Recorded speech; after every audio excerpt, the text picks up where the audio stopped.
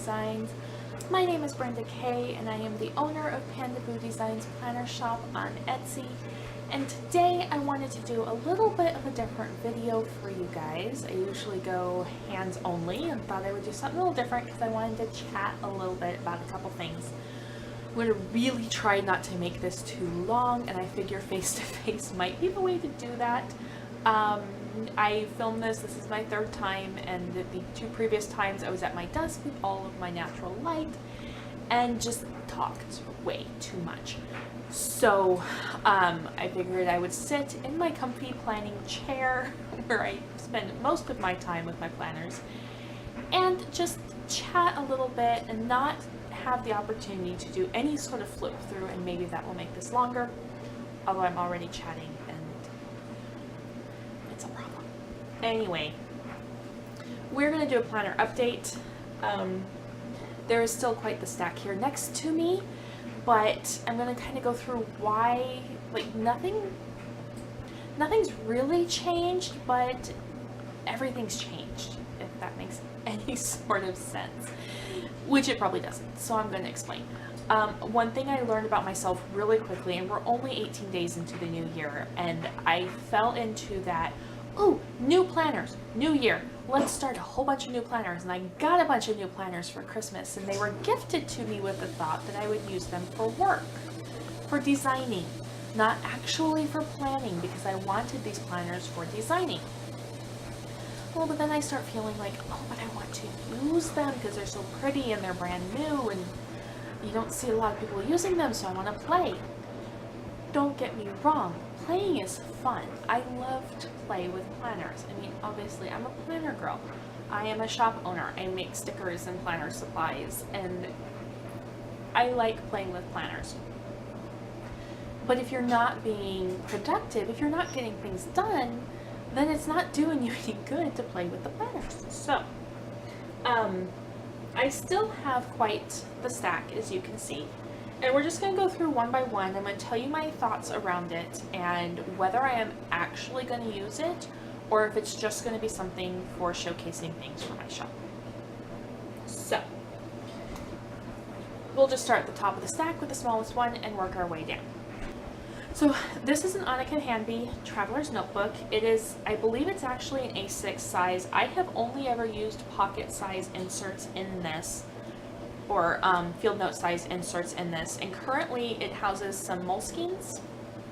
I have two Moleskine notebooks here, and then I have, this pen is actually from my brother's Etsy shop. It's beautiful. I will link his shop below. He makes hand-turned custom pens if you're looking for a new pen.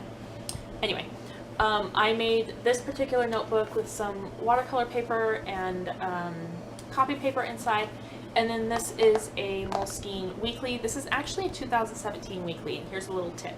If you want something just for playing and you don't want to commit to a lot of money, because let's face it, planners can be expensive. These, when they're new, this is tiny, is like 20 bucks.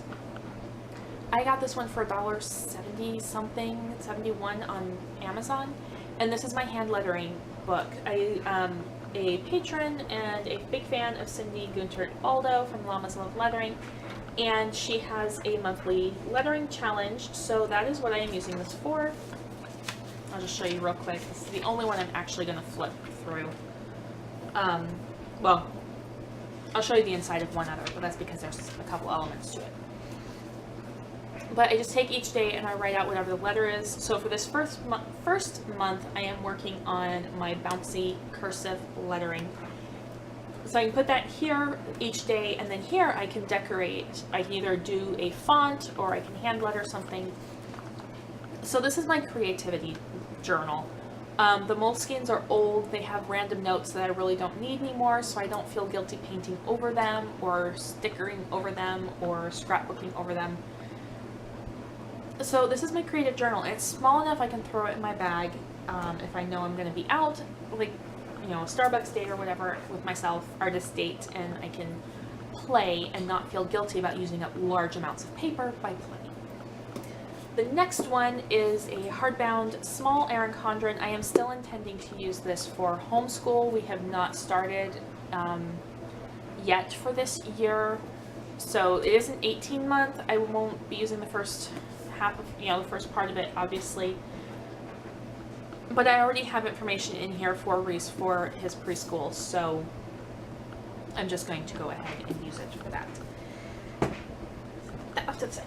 Okay, this is my budget planner. Is the mini Happy Planner budget planner. I am going to be using this a little bit differently because I don't need the weekly view, but I had an idea for the weekly views. So I will be doing a video on this later, but this is my monthly, or my budget planner, because I had a really hard conversation with myself and it's time to get serious. Some things are happening. It's been a heck of a first part of the year and it's time to really get things under control. Okay. This is the only other one I'm actually going to show you the inside of. So this is my Franklin Covey quadrant. Love this. I got it at a Goodwill for like $1, $2, something like that. I didn't spend a lot on it. I actually have a video on cleaning this already, and I'll try to remember to link that in the cards or down below or something. But the ring mechanism in it was already starting to come out. The leather was worn around where the rings attached. So I took the rings out and I punched some holes in it, and I put straps in it to hold notebooks, like a traveler's notebook system, but in my quadrant. So in here, and I have the rings. The rings are still good. It was just the part that holds it to the binder. The leather was no longer, like, it lost all of its integrity. It won't hold it anymore. So I have the rings. I can use the elastic to put the rings back in if in the future I want to go to a ring bound. I am loving hardbound books right now, or book bound notebooks. So I have it. I carry this with me. It has all my fine, my stuff. This is my January book. I love Jenny Penton and the Planner Perfect method, so I do a modification of it. So this is my January book. I have all of my goals for all the areas of my life in the front, and I have my days scripted. These are Moleskines. They take watercolor beautifully. I love the crinkling. So this sits with me. This goes everywhere. I carry this all over the house. I carry it when I walk my kids to the bus. Like, this goes everywhere with me. It never leaves my side. It lays open on the counter. Like, it goes everywhere. This is going to be my February book. I just haven't covered it yet. And this one is for collections. It's a grid notebook. So anything I need to keep a list of can go in there. And then this is the surprise element that inspired this entire thing. I showed this before. It's At a Glance planner. Very basic, but gorgeous and surprisingly good quality. It takes watercolor beautifully, which I love. I have not done a full-on pen test in it yet, but so far, Pilot Precise pens don't bleed through. You can't see the watercolor come through. It doesn't get, like, it gets that nice crinkly, but it doesn't buckle. I love the ivory color of the paper. So this is my core planning system. This is what runs my life. I am using up notebooks that I have, but then I have plans to move into more true A5 size and not the narrow, the K-hair size. It takes up a little bit more room and kind of fills up the binder a little bit because there's a lot of see-through. So there's that one. I just crunched my neck. Now we get into the Happy Planners. This is where the biggest changes have come because I've learned that, well, one, I don't really need to use them all, and two, I need things, like, having it all in one book was not working, and because I like Frankenplanned and it wasn't working. I kept moving things around. I just couldn't find any peace with it. And the Happy Planner, as much as I love holding it, I wasn't actually planning in it. Like, I love holding this. I love just, like, hugging it.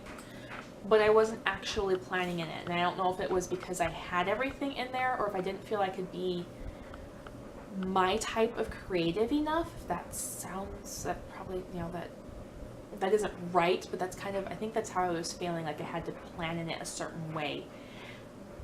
and where I'm at in my life right now, it doesn't work. But I do love designing for these. Like, I love making sticker kits. Just using all the sticker kits doesn't work for me. I love putting the stickers in. So I'm going to use it for design. This one, though, this is the Daydreamer, and I put my hard snap-in cover on it. This is my personal development planner and journal. This is where I can get really deep with myself and my meditations, in my personal care, in my spiritual journey. So this will not see the light of day.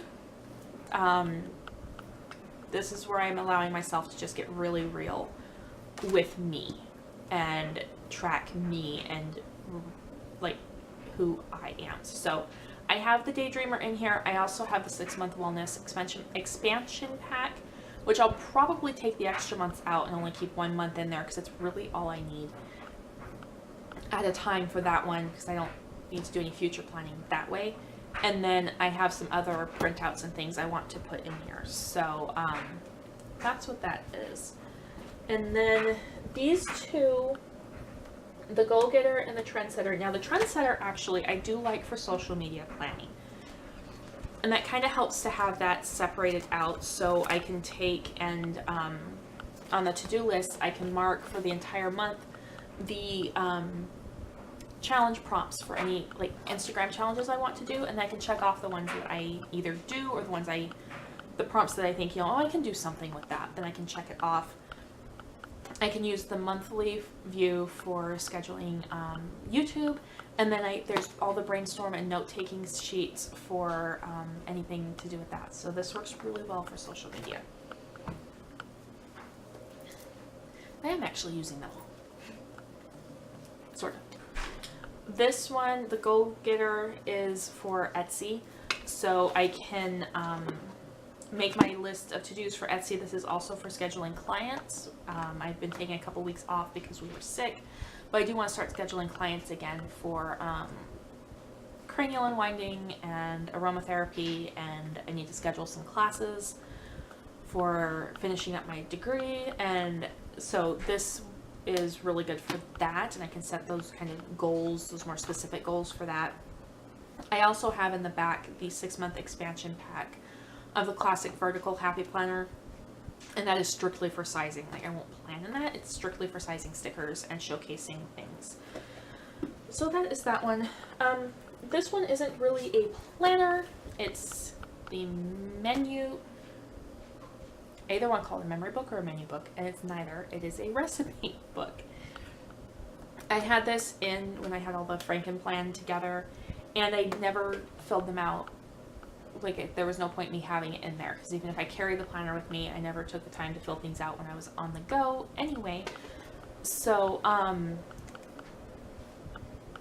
just going to leave this at home. It'll probably sit here near my chair, so when I'm sitting down at night or watching a movie or whatever, I can fill in. So I only have a couple recipes done, but I can fill it in, and then it can stay home. It can sit on the counter.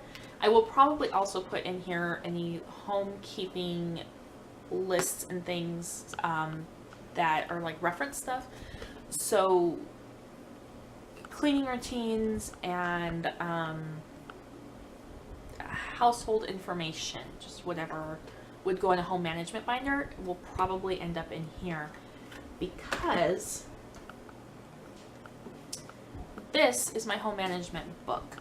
I was going to use it as a record keeping book, and it just, there's too much, like, I don't need that much space. I have other ways I can record keep. I can keep records in my at a glance planner, or in my Planner Perfect method, you know, in that notebook.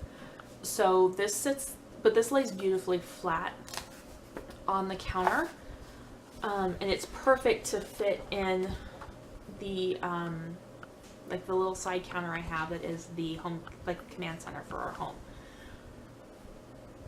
So I can keep in there anything food prep, any schedules. If there's a schedule change, I can take note of it. It's a central place. We walk by it, you know, 16,000 times a day. And last but not least is the large Happy Planner. And this I am using for memory keeping. This was the one that I was going to use for home management because I could add pages in it, but it's too big to sit on my counter, whatnot. So I recently posted a video on my first spread in here. Ta-da! So you can definitely go check that out.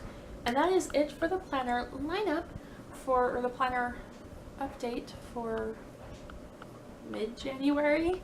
Today is Sunday when you are seeing this, so I hope you have a wonderful week. And I will be back on Wednesday with another memory keeping spread. And if there is any planner you want to see more in depth of how I use it, definitely let me know. I am planning on doing a series on how I plan, like my everyday planning. I just have to coordinate that with Erin to make sure we can get the videos edited and up every day, because my goal would be to put a video out a day, like my daily planning system method. That's the word I'm looking for, method. So if you want to see that, definitely let me know, and I will talk to you all in my next video.